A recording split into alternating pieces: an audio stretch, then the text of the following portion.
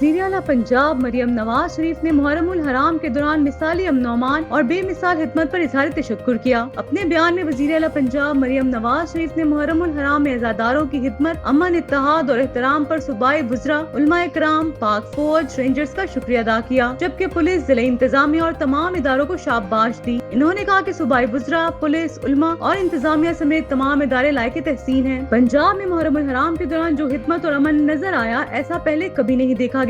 पहली बार पंजाब के बुज़रा 10 दिन अज़ादारों की हिदमत में फील्ड में मौजूद रहे। तमाम अमूर की बारीक बीनी से निगरानी की गई। इन्होंने कहा कि मुहर्रम उल हराम में अमन एहतराम का जो मंजर पंजाब में कायम हुआ, वो सबकी मुश्तरका मेहनत का नतीजा है। मुहर्रम उल हराम के इश्क में बेमिसाल हिदमत और अमन हमारी तारीख का रोशन बाब है। मरियम नवाज शरीफ ने कहा कि पंजाब की धरती अमन, इत्तेहाद और भाईचारे की धरती है। मुहर्रम उल हराम के दौरान अज़ादारों के लिए लंगर, मशरूबात और मिनरल वाटर का भी इहतमाम करने पर इंतजामिया के मशकूर हैं। मुहर्रम उल हराम में गर्मी और हबस के पेश नजर छिड़काव का एहतमाम करना भी काबिल तहसीन है।